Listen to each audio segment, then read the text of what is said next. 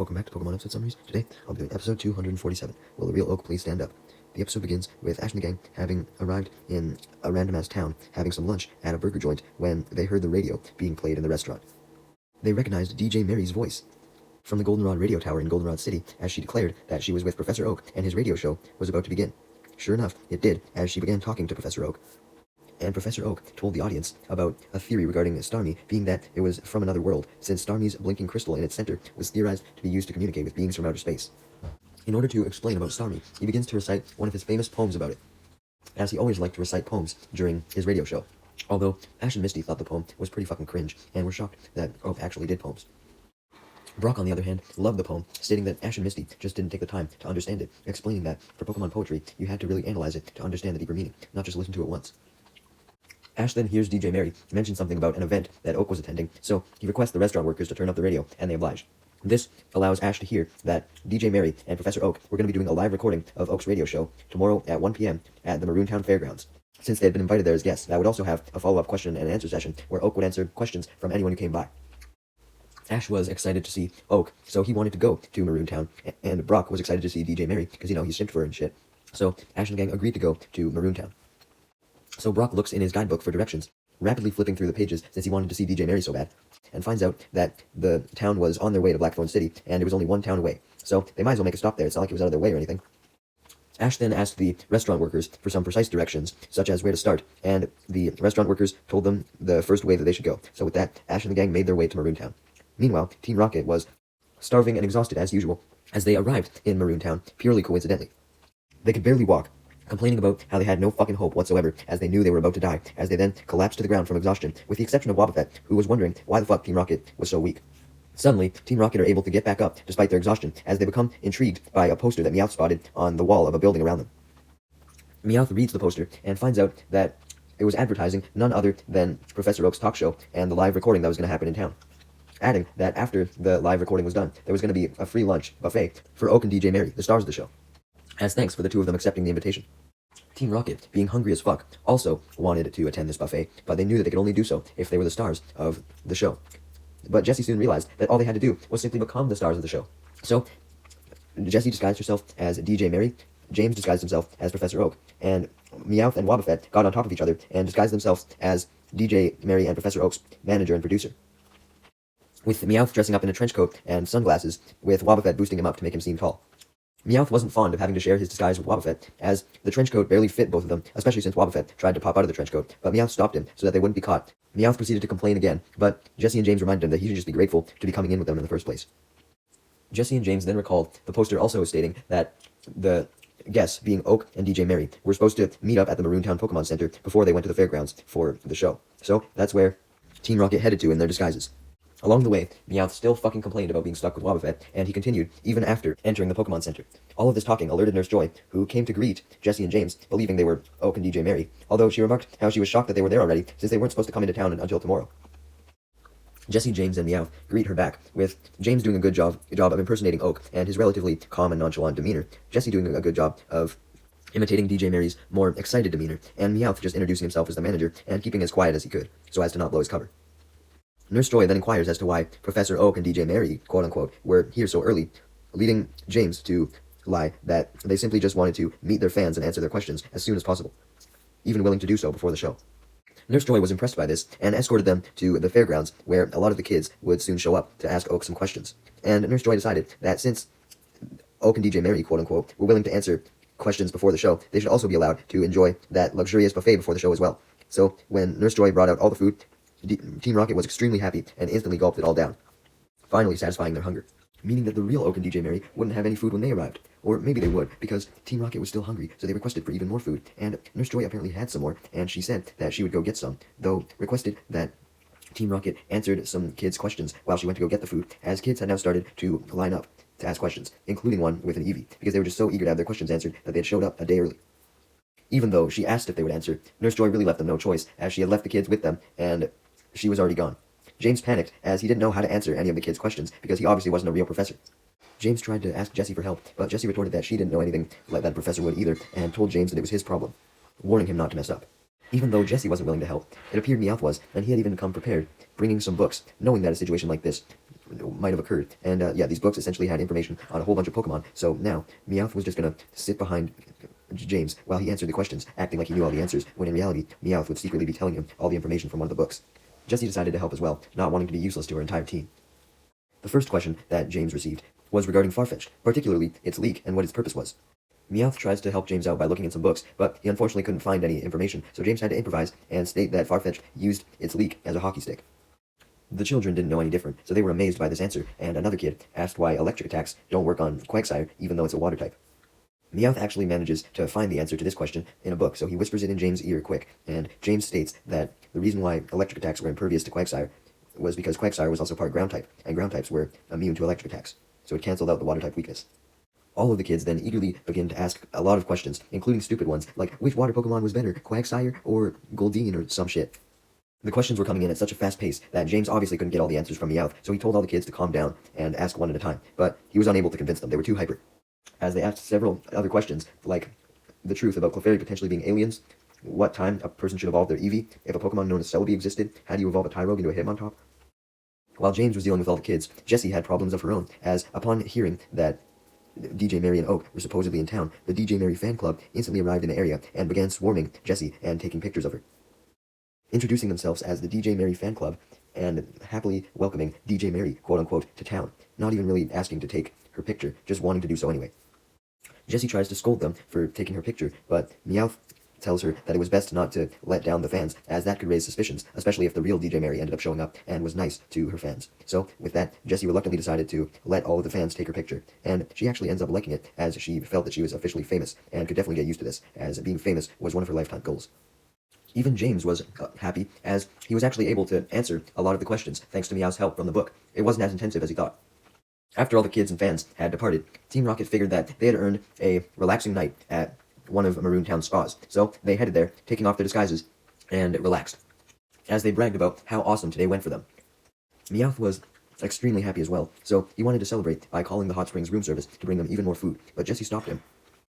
as she reminded him that their fans could have saw Team Rocket go into this hotel with the hot spring as DJ Mary and Oak, so if the room service guy saw that they were actually not DJ Mary and Oak, he could spill the beans to everyone else, revealing their identities, and therefore their jig would be up, and they wouldn't be able to actually show up at the real show. And she also told Meowth that there was no point calling room service if they were going to continue their DJ Mary and Professor Oak disguises, because they would likely just get more food from Nurse Joy as a result, along with many other freebies from their fans potentially. So with that, Team Rocket had officially decided to stay disguised and infiltrate the actual live radio show, taking Oak and DJ Mary's places. Team Rocket's happy declaration didn't last long though, as Wobbuffet then forcibly popped out of its Pokeball, believing that it should be underneath Meowth again. So it tried to get underneath Meowth, and almost caused Jessie, James, and Meowth to go flying out of the hot spring, much to their dismay. The next day, the real Professor Oak and DJ Mary arrived in Maroon Town and greeted Nurse Joy at the Pokemon Center. However, Nurse Joy was confused, as they had already came, as she pointed outside to the breakfast table by the fairgrounds, where Team Rocket were disguised once again, enjoying some breakfast before the show would begin. So those bastards had got more food after all, huh? Anyways, Nurse Joy essentially thought that the real Oak and DJ Mary were the imposters, not Team Rocket. So the real Oak and DJ Mary instantly ran out to the breakfast table at the fairgrounds to go confront Team Rocket. However, before they could get to them, Oak was stopped by the kids from earlier, since they spotted him and not the fake Professor Oak and DJ Mary at the breakfast table somehow, and it seemed that the kids had found out James's lie about the Farfetch'd, and they accused the real Professor Oak of lying to them and essentially being a fraud, shouting at him that Farfetch'd didn't carry around a goddamn hockey stick, it carried around some sort of root. Oak obviously didn't know what the fuck the kids were talking about, and revealed that, of course, Farfetch'd stick wasn't a hockey stick, but clarified that it wasn't a root either, but it was from a plant. This just makes the children more angry, as they believed that Oak was just lying time and time again, and just switching around his answers to try and please them. Just then, Ash and the gang arrive by Oak and DJ Mary, and Brock instantly flirts with DJ Mary, being attracted to her, although Misty quickly drags him away by the ear as usual. Oak and DJ Mary then explained to Ash and the gang how they were having trouble getting set up for their live show because they had imposters impersonating them. Nurse Joy then comes out and continues to insist that the real Oak and DJ Mary were actually the imposters, but when Ash and the gang see Team Rocket's disguises, they can obviously tell that Team Rocket were the imposters, and they tried to inform Nurse Joy of this, but Nurse Joy still didn't believe them, and simply said that they would have to find a way to prove which of the Oak and DJ Mary were real.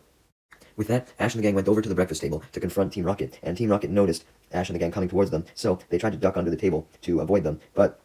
Ash and the gang had already spotted them, so it was too late, as Ash and the gang demanded that the imposters get the fuck out of the area. Team Rocket tries to protest, but this just makes Brock even more suspicious of Jesse because he noted how DJ Mary, quote-unquote, real voice was different. This makes Jesse angry at Brock as she shakes him relentlessly and tries to convince him that she was the real DJ Mary, and this just makes Brock confused and unsure which DJ Mary was real or not, because he didn't want to upset the real DJ Mary by accusing her of being fake. So essentially, he was just going to be a fence sitter from now on, not accusing any DJ Mary of being real or fake. Seeing how Brock was now useless, Oak decided to help Ash and Misty himself in proving that he was real, as he confronted Team Rocket directly and demanded them to leave. James got immensely stressed out, as he didn't feel as though he could defend himself against the real Oak, but Meowth and Jesse encouraged him to keep up the bluff as best he could, and essentially just try and claim to Oak that he was the real Oak and not him, and hopefully everyone else would end up believing James. So James obliges to Jesse's request and tries his best to fight with Oak, claiming that he was the real Oak, but Oak fires back that he was obviously the real Oak, and this just leaves everyone confused as fuck as to who was the real one, aside from Ash and the gang, obviously. Then, Misty got an idea to have a contest between the real Oak and the fake Oak, which would determine which Oak was real, since only the real Oak would know certain things. Ash didn't think this contest was a good idea, though, as he was worried that the real Oak could potentially lose, since the imposter may have purposely studied up on information. Oak responds, telling Ash not to worry, as he accepts the quiz idea, stating that if he lost, then it would show him that he didn't deserve the title of a Pokemon professor anyways, since he obviously didn't know enough about Pokemon if he was able to fail a Pokemon knowledge quiz. Upon hearing Professor Oak say this, Ash and the gang were just further convinced that Professor Oak was the real Professor Oak, as they knew that only a real Professor Oak would say something as admirable as that, literally being willing to revoke his professor title if he failed this goddamn quiz. Even though James didn't want to, fearing that he would lose, he realized that he had no choice but to accept as well. So with that, it was decided that the contest would be a quiz between both Professor Oaks to see who knew more.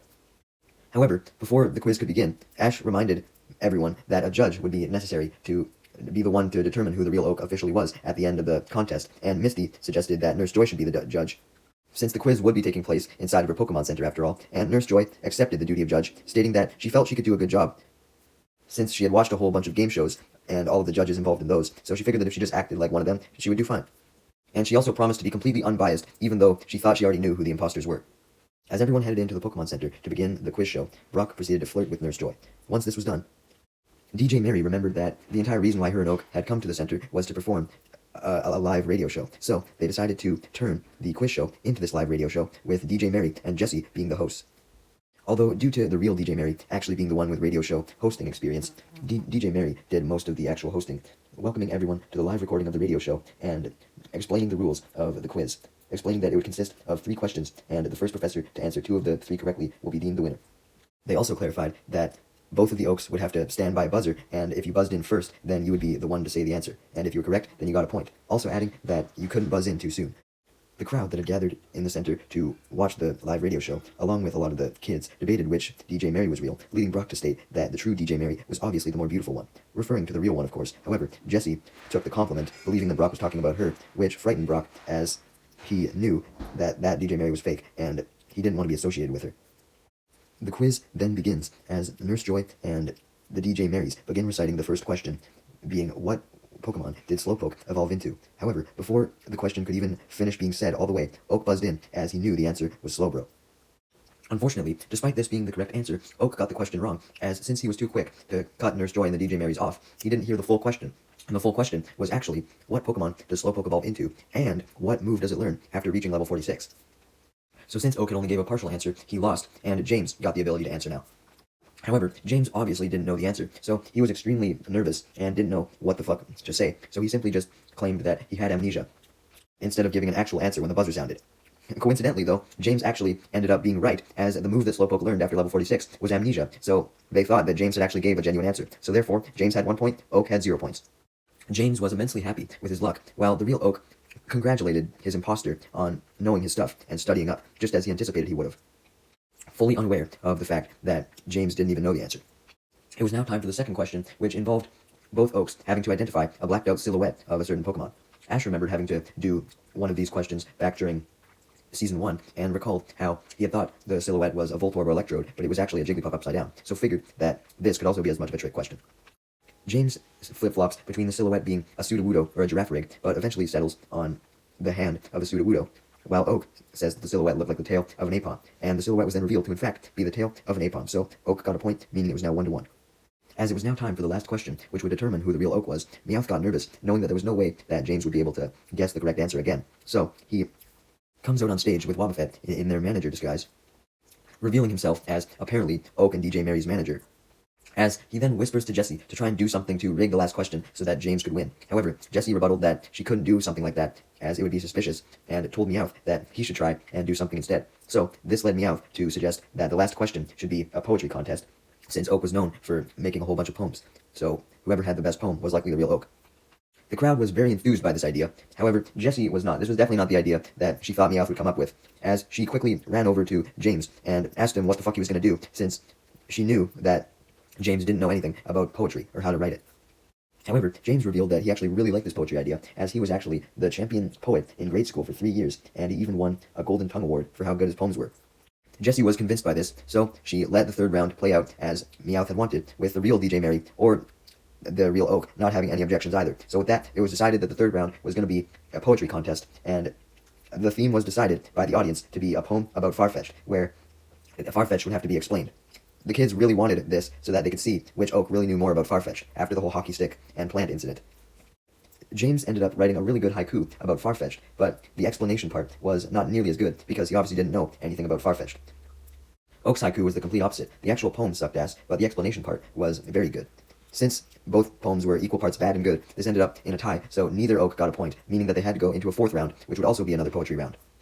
DJ Mary asked the audience to provide another Pokemon for both Oaks to explain, but since the kids had had their inquiries about Farfetch'd answered, they didn't know which Pokemon to pick. So, Jessie suggested that it be left up to Meowth, since he was the one who came up with the whole poem idea. The crowd very much liked this idea and began to cheer for Meowth, and Wobbuffet, still underneath Meowth obviously, thought that the crowd was cheering for him, so he got excited and shouted out his name, Wobbuffet. Jessie and James panicked because they obviously didn't want anyone to know that Meowth was actually Meowth and there was a Wobbuffet underneath him. So Meowth immediately takes action and claims that he was the one who had just said Wobbuffet and wanted Wobbuffet to be the Pokemon that the poem was written about. The audience was immensely enthused by this as well, so Nurse Joy and the two DJ Marys agreed that the theme of the poem would be Wobbuffet. Due to actually knowing about Wobbuffet and being a great poem writer, James did a wonderful job with his poem about Wobbuffet. The crowd was very impressed, and even Ash and the gang, knowing that Oak was a fake, had to admit that that poem was pretty fucking good. Unfortunately for the real Oak, when he recited his poem, it merely left the audience confused. Oak tries to argue that his poem was beautiful and was explaining that one should make the most of their lives no matter what, but the audience was still confused. However, Nurse Joy, being the judge who actually got to make the decision, decided that the real Professor Oak's poem was better, and therefore he had won. James was angered by this, as were Meowth and Jessie, as they believed that James' poem was obviously better.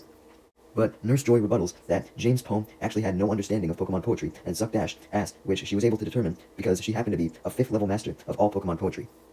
and explains that the audience merely just didn't understand the true meaning of Oak's poems, citing his previous poems as examples, including one about a Blastoise that went, Blastoise fight or hide away to fight again some other day, and one about a Sandslash being, Sandslash rolls into a spiny ball 3 meals a day and eats them all. She explains that these poems were way better than anything James had ever made because they had double meanings to them. On the surface, they just sounded like descriptions of Sandslash and Blastoise's lifestyles, but they actually contained messages for people to follow, and that was the important thing about poems. Explaining that the Blastoise one not only told people to be careful and hide away if they were scared, but it also told them to simply save their strength for another day, because even though the Blastoise was hiding away in its shell, that didn't mean that it was only being cowardly, it was merely saving its strength. And as for the Sandslash one, it was advising you to live a balanced lifestyle by eating 3 meals a day, and Nurse Joy essentially believed that poems having lessons to them was the most important thing, so she officially declared the real Professor Oak as the winner, and declares James as both the fake Oak and an amateur at Pokemon poetry, and then realizes that it appeared James was wearing a wig and pulls it off of him. Jessie and Meowth accuse Nurse Joy of assault for ripping off the wig, and Meowth gets so fed up that he accidentally stomps on Wobbuffet that was still underneath him, and this causes Wobbuffet to cry out and fall out of Meowth's jacket, knocking Meowth down to the ground as well. Upon seeing Wobbuffet and Meowth, Ash and the gang come to the conclusion that Team Rocket must have been here, and Team Rocket knew that they couldn't escape now and they were about to be found out, so they ripped off their disguises, revealing themselves as they did their motto. They realized that they had to make their escape, but they didn't want to escape with nothing, so they saw that a lunch had arrived, as Nurse Joy had brought even more food before the quiz show began, so James sent out his wheezing and had to use smokescreen to blind everyone, allowing Team Rocket to steal the food and make their escape in their Meowth balloon, as they began flying away. Ash and the gang, Oak and DJ Mary run out of the center after Team Rocket, as Ash goes to send out one of his Pokemon to stop them, but Oak stops him and claims that he would handle it himself, as he sends out a Pidgey that he claimed he had just caught on the way into town.